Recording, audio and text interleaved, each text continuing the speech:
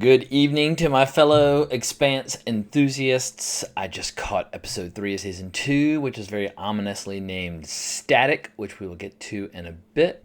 I'm ready to officially declare The Expanse to be my favorite show on TV. And granted, that's kind of non-committal because shows come and go. Is that to say that it's better than Game of Thrones or better than Westworld, since those aren't out right now? That remains to be seen. But on TV right now, ongoing, there's no show that I look forward to more than The Expanse. I am totally obsessed, and I even started reading the book series upon which it is based, and I'm only a third of the way through the first book, so I've got a long way to go before I get into any potential spoilers for the show, but it's only a matter of time before I overtake the plot in terms of where it is in the show. But I do know that the show is pulling and mixing and matching from different parts of the books, but for the most part it's following the central storyline as written by authors Ty Frank and Daniel Abraham. Granted, they work under the pseudonym James S.A. Corey, but James S.A. Corey does not exist. Those are the writers of the books. I've been getting some criticism on my YouTube videos lately about doing too much recap and not enough review, but it's hard to review what's so great about the show without getting into specific plot points. But the acting is awesome, and I feel like the acting's getting better. When I first saw season 1, I felt like it was a little uneven, and some of the chemistry was a little raw or untested. A lot of the central characters really seem to be gelling and coming together. It's a great ensemble cast. I love the special effects. I love the dark tone. I love that it's real science fiction with real concepts and real ideas. It's not fake escapist fantasy masquerading as science fiction. This is real, dense, world-building, fascinating stuff. It's just killer, and if you claim to be a fan of science fiction, you have no choice but to watch the show. It's that damn good. If you really like science fiction, I strongly encourage you to dig into the books, because I've still got 5 books and 2/3 of one to go, as well as 3 that are on the way, as well as some related novellas, and I couldn't be more thrilled, because I feel like this is kind of a bold comparison, but it's almost as if George R. R. Martin took a break from the world of Westeros and decided to write some science fiction. So, without further rambling on my part, let's dig into episode 3 of season 2. So the big news in this episode is that the war between Mars and Earth appears to be flaring up. Earth has the bigger, slower navy. Mars has the leaner, faster, more efficient navy. Their Marines have been training in 1G their entire lives. They're ready to go. And our main Martian Marine, Roberta Bobby Draper, she's all in on attacking Earth as soon as humanly possible, but she keeps being kind of deterred or pushed away. Seems like there are forces on both sides that want to avoid an all-out war, which would basically be mutually, totally self-destructive. There's a great passage in the first book where they talk about how eliminating a city at this point is super easy. All you have to do is just go up in orbit and drop an anvil, and it'll achieve so much velocity going down that it'll essentially be a giant crater wherever it lands. So both the ships and the cities are incredibly fragile, so neither side stands to gain much from a war. That said, it seems like these tensions have been building for so long, perhaps war is inevitable at this point. Meanwhile, back on the Tycho station, everybody's debating Miller's actions on Thoth Station. If you remember, at the end of episode 2 of season 2, when they attacked Thoth Station, they captured this protogen scientist named Dresden, and just as Dresden was about to essentially unveil all that he knew, Miller shot him through the head. Holden is absolutely irate about this, because Holden has much more of a kind of a moral core or sense of right and wrong than Miller. Miller's a little bit more world-weary, so it looks as if Miller and Holden are kind of on the outs with one another, and Fred, who's one of my favorite characters, tells Miller that it's time for him to start thinking about ways to leave the Tycho station. We get a nice little bonding scene where Miller and Amos hang out in a bar, drinking away their woes, and we see that Amos and Miller, in spite of the fact that they threw down in the previous 2 episodes, they have a lot in common in terms of the worldview. However, Amos is very, very loyal to Naomi and Holden, and he does what they say, so whatever they say goes. But Miller gets taken in by some soldiers from the raid on Thoth Station, and at least for the time being, he's got some time to kill as he tries to regroup and figure out what his next move is. Alex, who's a character that I really love, sadly doesn't get a whole lot to do this episode. The Rocinante is undergoing a series of repairs after that ferocious battle they were in,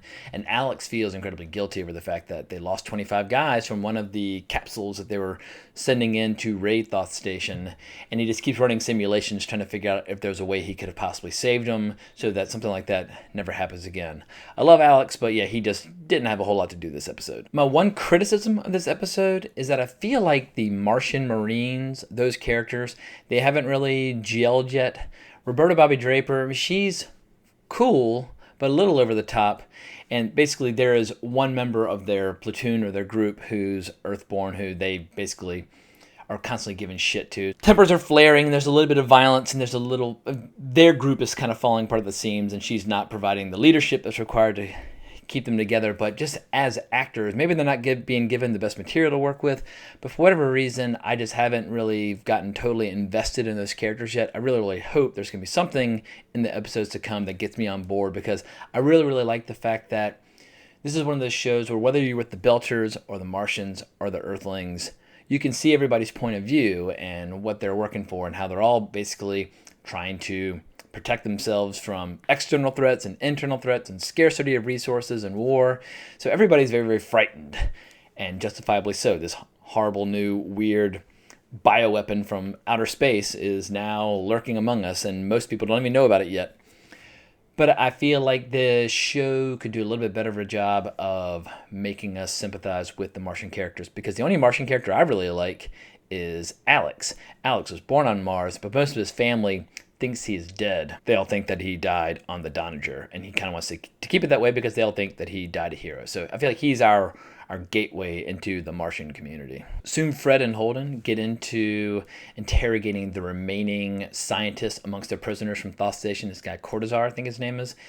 And they see that everybody's had this like weird treatment on their brain with a magnet that reduces their human empathy. It essentially makes them sociopaths, because how would they be able to engage in these horrible experiments where you sacrifice 100,000 people on Eros Station unless you've had that part of your brain essentially lobotomized? And they're having a hard time getting any information out of him until Amos realizes that this is a guy who's a lot like a child molester, how if you threaten to take away his perversion, he's going to clam up. But if you talk to him in a way where you seem like you're speaking his language, he'll open up. So Amos actually finds a way to get him talking. They continued their interrogations with him, and he basically admits that when people are taken over by this bioweapon, they don't die, that they are evolving into something new, which is just terrifying. And they open up this data feed from Eros to Tycho Station, and they hear what are sounding like voices, and the voices are counting down to something, and they're building something, which for me just sent a very evil chill up my spine. That's what I love about the show, is that I like science fiction, but I really like the fact that there's this horror, this unknown, inexplicable, bizarre phenomenon that I totally do not understand, that I find absolutely disgusting and terrifying, that just gives this show this fear that I do not feel watching other traditional science fiction shows. And the fact that this thing is evolving so quickly, I mean, who knows what the hell that thing's going to do. But if the people on the Eros Station are essentially building ships that would allow it to spread, that could be disastrous for the entire solar system. Really, the only lighthearted part of this episode is seeing Naomi let off a little steam. Naomi, who I'm just totally obsessed with for obvious reasons, but very cool character, very easy on the eyes, very athletic, and Holden would be helpless without her. She goes and plays some handball with some of the locals and goes out and just parties her face off.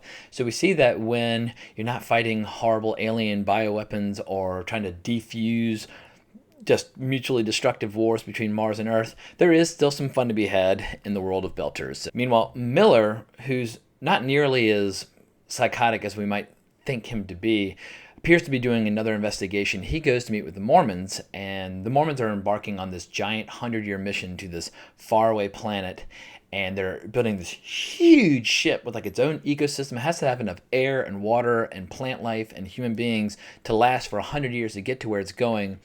And Miller, in a very convincing way, talks about how he wants to possibly join them and how he's searching for answers and a place to belong and so on and so forth. The ship is called the Nauvoo, but what we realize at the end is that Miller is thinking of ways to take out Eros, because when he sits down with Fred, he says, in essence, he killed Dresden because he thought Dresden was making too much sense, and that terrified Miller. And what he wants to do, as we see in the teaser, which played after the last scene, he wants to take the Mormons' giant ship and use it as a battering ram and send it at Eros. So I am very curious to see how that develops. So very good cliffhanger, very solid show. I can't wait to see episode 4. And the beautiful thing is, no matter how desperate I am to see future episodes, all I have to do is sit down and just read a little bit more, and that itch will be scratched. With some shows, there's nothing you can do but wait and wait and wait. And like with George R. R. Martin, I've been waiting for the 6th book in his series since 2011. It's been a long ass time for me to find out what's happening. And granted, the show is moving on without him, but it's not the same. Whereas with this show, they got so much material to work with. They could do this show for years without ever worrying about running out of books. And also, at the rate at which these authors write their books, it's going to take them 3 more years to finish the series. The Expanse could essentially run for 7 more years before it runs out of books to tap into. So if you are a science fiction fan, prepare to be very spoiled, because this is a great time to be a fan of sci-fi, because we don't really get these types of books and shows all that often. So I'm all in. I love it. I'm loving getting to know some of the other fans of The Expanse, both on Twitter and on YouTube. Seems like there are a lot of rabid fans. It's a small community, but it seems to be growing. And I think with the arrival of the 2nd season, everybody freaking out, the community is going to get even bigger. So I'm glad to be part of the team. Sorry it took me a year to get on board, but better late than never. So I hope you enjoyed this video. Please give me a subscribe if you did. Give me a shout on Twitter at Colbrax if you want to talk about anything under the sun. Check out my podcast, Wrong Reel, on iTunes if you want to hear some film talk. And I'll be back at you next week to review episode 4. So long.